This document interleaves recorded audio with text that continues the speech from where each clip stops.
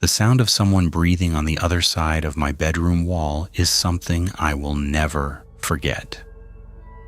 This happened when I was 26. I was living alone in a one-bedroom apartment in a mid-sized city in Ohio, Columbus, specifically a neighborhood called Clintonville. It was the fall of 2019, somewhere between late September and early November.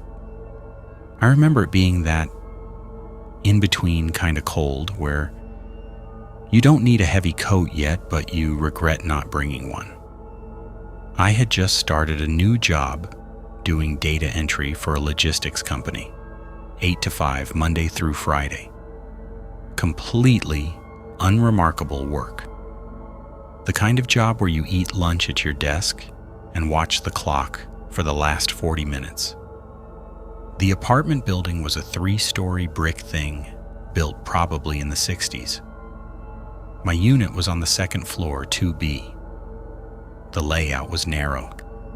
Living room up front, kitchen on the right, then a short hallway to the bedroom and bathroom in the back. My bedroom shared a wall with the unit next door, 2C. I knew 2C had been empty for a while. I'd asked the property manager about it when I moved in back in July, just making conversation, and she said the last tenant had broken their lease and left in a hurry sometime in June. She mentioned they were in no rush to fill it. I didn't think anything of it. I was just glad for the quiet. My routine during that period was almost embarrassingly predictable. I was up at 6:15 every morning. I made coffee in a Mr. Coffee machine I'd had since college, the kind where the carafe has a burned brown ring on the bottom no matter how many times you wash it. I'd drink it standing at the kitchen counter, scroll my phone for maybe 15 minutes, then shower and leave by 7:40. I got home around 5:30. I'd make something simple for dinner. A lot of pasta, a lot of frozen stuff from Aldi. Watch something on my laptop and be in bed by 10:30 or 11. That was pretty much every weekday. Weekends, I'd go to the gym on Saturday mornings and maybe go out with a friend or two on Saturday night. It was a quiet life. I was okay with that. The first thing I noticed, and I want to be clear, that at the time it didn't register as anything, was a sound. Very faint. It was a Tuesday night, probably around 10, and I was lying in bed with my laptop watching something. I had one earbud in and one out, the way you do when you're half watching something, and I heard what I can only describe as a shuffle, like someone shifting their weight on a hardwood floor just once. I took out the earbud and listened. Nothing. I figured it was the building. Dear. Old buildings make sounds, pipes shift, floors settle. I put the earbud back in and forgot about it. It happened again maybe 4 or 5 days later. This time I was actually asleep and it woke me up. I looked at my phone. 2:40 a.m. The sound was low and unclear, but it was definitely coming from the other side of the wall. My bed was pushed up against that wall, check 8. I'd arranged the furniture that way to make more room on the other side of the room, so my head was only maybe a foot from it. I lay there and listened for a few minutes. Nothing more. I told myself it was probably a mouse or a rat in the walls. Old building. It made sense. I went back to sleep. Over the next 2 weeks or so, I noticed it more. Not every night.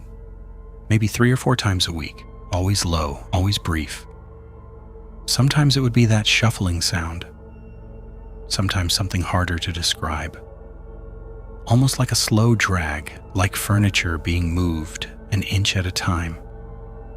Once I thought I heard something that sounded like breathing, but I convinced myself that that was just my mind filling in the gaps, because I was already half asleep and primed to hear something. I kept rationalizing it. The building, pipes, animals, whatever. I did eventually say something to the front office. I went down one afternoon and talked to the property manager, a woman named Deanna. I told her I'd been hearing sounds coming from 2C and asked if someone had moved in.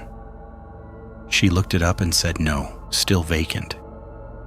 I told her I was hearing things, shuffling, movement, and she nodded in that way that suggested she was not going to do anything about it and said she'd have someone check it out. I don't think anyone ever did. This went on.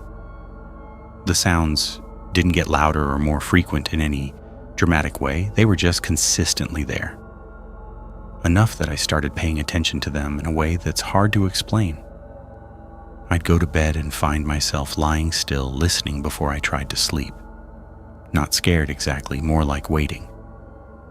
I bought a white noise machine, one of those small electro fan ones, and that helped for a while. I stopped hearing things as clearly. I thought maybe that was the end of it. Then there was the night I pressed my hand against the wall. I don't entirely know why I did it. It was a Friday night. I hadn't gone out.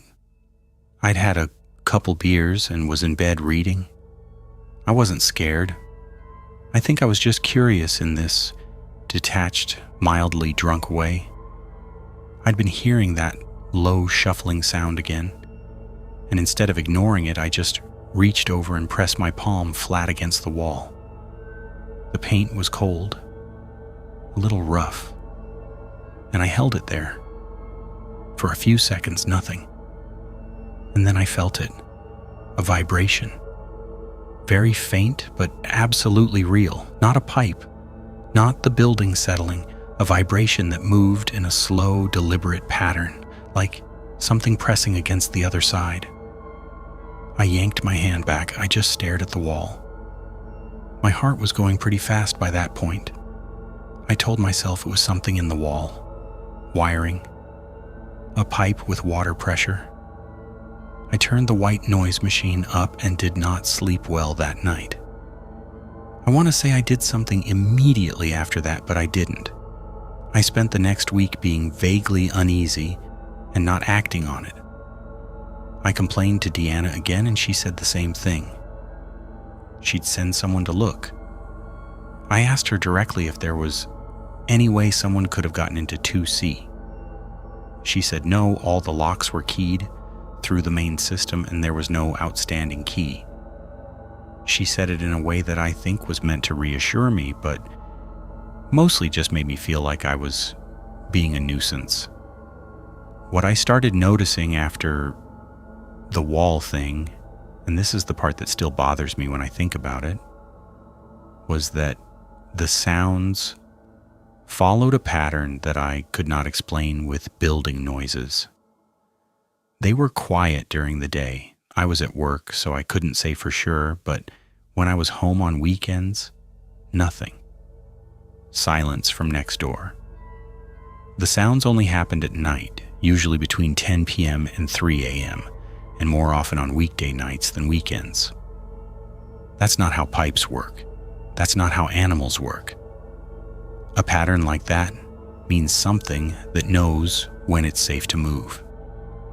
I came home one Wednesday evening. It was early November by this point, dark before 5:30, and the hallway on the second floor smelled different. Faintly, something stale and human that I hadn't noticed before. I stood there in the hall outside my door and looked at the door to 2C. It looked normal. I went inside. I called the non-emergency police line that night. I explained the situation, empty unit sounds, the thing with the wall. The person I spoke to was polite, but non-committal. They said they could send someone to do a wellness check on the unit, but that since I wasn't in immediate danger, it wasn't a priority call. No one came that night. 2 nights later, I came home, and there was a police car outside my building. I went upstairs, and there were 2 officers and Deanna standing in the hallway outside 2C. The door to the unit was open. I stopped, and one of the officers looked at me and asked if I was the tenant in 2B. I said yes. He said they'd found evidence that someone had been living in the vacant unit, entry through a ground floor window in the back of the building, a window that was apparently accessible from the alley behind the building. They'd found bedding, empty food containers, a battery-powered lantern, a few other things. I asked how long. The officer paused before answering. He said they weren't certain, but based on what was in the unit, at least 5 or 6 weeks, possibly longer.